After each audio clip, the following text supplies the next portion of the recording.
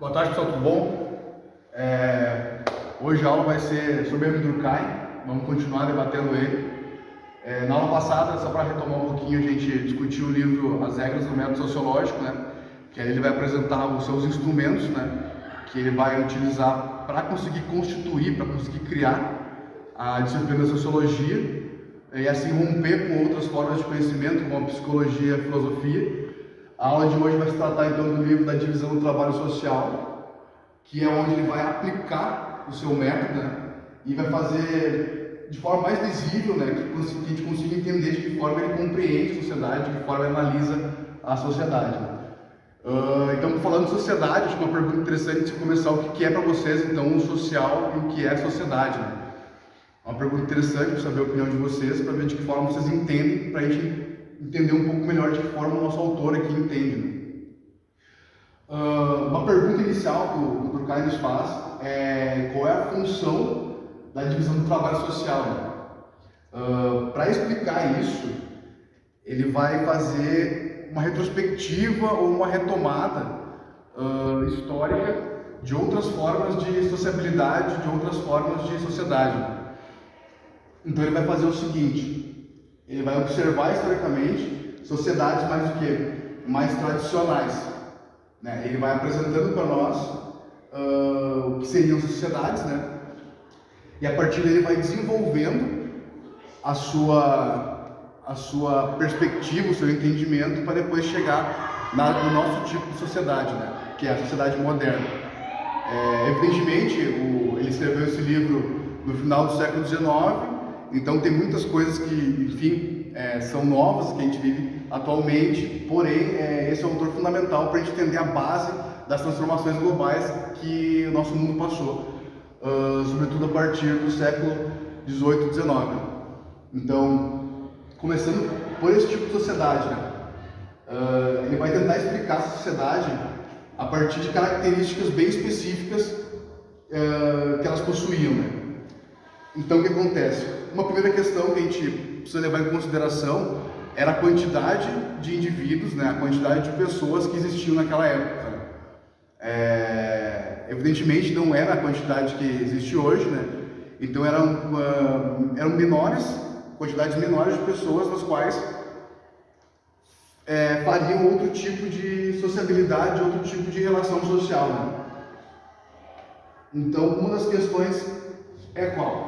As sociedades tradicionais ou pré-modernas, que a gente chama, são sociedades tribais, né? Então, os indivíduos eles se relacionavam em tribos, tá? Essas tribos elas eram marcadas por quê? Uma questão bem interessante que o Durkheim traz é o quê? Diferenciação social. Esse tipo de sociedade existia uma baixa diferenciação social, tá? Eram poucas pessoas trabalhando em poucas funções. Então eram poucas funções e, portanto, uma baixa divisão do trabalho, tá? Portanto, essas pessoas faziam pouca coisa, tinham poucas funções e existiam de uma maneira bem coletiva e bem integrada entre si, tá? E essa forma de integração, ela vai se dar por meio do quê? Por meio de uma consciência coletiva elevada. Então aqui a consciência coletiva vai ser elevada, ok? E a consciência individual, por consequência, vai ser baixa, tá? Essa sociedade, e aqui a gente vai entrar num outro conceito do Durkheim, que é fundamental para a gente entender a questão da modernidade, que é o conceito de solidariedade. Solidariedade não tem nada a ver com questão de ser solidário, não. Solidariedade para o Durkheim são estratégias de integração dos indivíduos, são vínculos, são formas de se vincular, tá? Nas sociedades tradicionais, essa forma de solidariedade se dava pelo meio mecânico, né? Então, solidariedade mecânica. Essa aqui é a definição do Durkheim para definir esse tipo de sociedade, né? Uma solidariedade mecânica, baseada em quê? baseado numa pouca diferenciação social, baseado numa baixa divisão do trabalho, baseado em baixas funções, baixa consciência coletiva e numa alta consciência coletiva.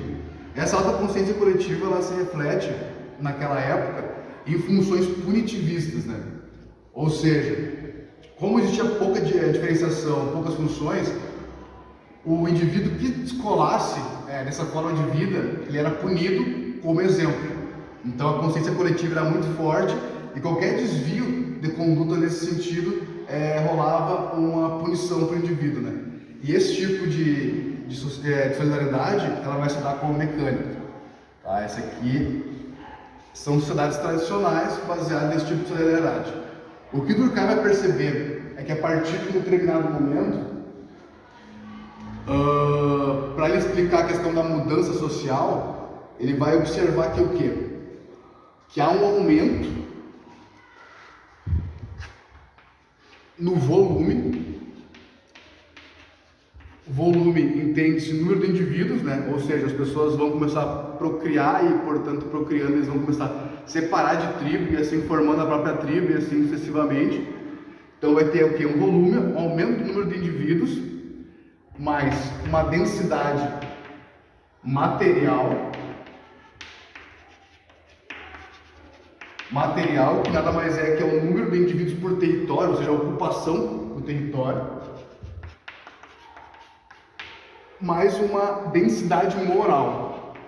Essa densidade moral é traduzida pela intensidade das relações que começam a se estabelecer a partir dessas mudanças, né? E aí a gente vai começar a pensar as sociedades modernas, né? Densidade moral. Beleza. Com o aumento do indivíduo, o aumento do território ocupado e o aumento da intensidade das relações, a gente começa a perceber mudanças significativas na sociedade e na forma como os indivíduos se relacionam. E é aqui que a gente chega nas sociedades modernas por Durkheim. O que acontece? Acontece que há um aumento então, de pessoas e, portanto, começa a se ter mais demandas por outras funções, né? Então, o que a gente tem aqui? A gente tem uma maior diferenciação, em contraponto às sociedades pré-modernas ali. A gente tem uma alta divisão do trabalho, a gente tem um aumento de funções e nesse sentido, a gente vai ter então o quê? Uma alta consciência individual. Então essa aqui é as características das sociedades modernas do Durkheim, né? Uma alta divisão do trabalho, uma alta diferenciação, uma alta consciência individual e altos níveis de funções, né? O que acontece então é respondendo aquela pergunta que eu tinha colocado ali no começo, né? Qual a função da divisão social do trabalho? Para o Durkheim, essa função ela se dá como uma forma de integração na sociedade, né? E portanto uma forma de sobrevivência, né? Você se especializa para sobreviver, tá? E o nome desse tipo de solidariedade que o Durkheim vai chamar de orgânica, e aqui se referindo ao corpo humano. Assim como o corpo humano tem órgãos que um funciona referente ao outro, para o Durkheim a sociedade é assim também. Existem diversas instituições que vão funcionando em função da outra, né? E por isso que chama de orgânica, né? E aí, retomando um pouco a questão do fato social, aqui para encerrar essa parte da aula, por que a divisão do trabalho é um fato social, né? E eu pego só as três características, né? A divisão do trabalho é então o que? Coercitiva, né? Ela exerce uma imposição sobre o indivíduo, ela é geral, né? Ela pega toda a sociedade e ela é exterior ao indivíduo, né? Ela é de fora dele, interferindo nele assim. E assim o Durkheim acaba explicando o que? A sociedade explica o individual.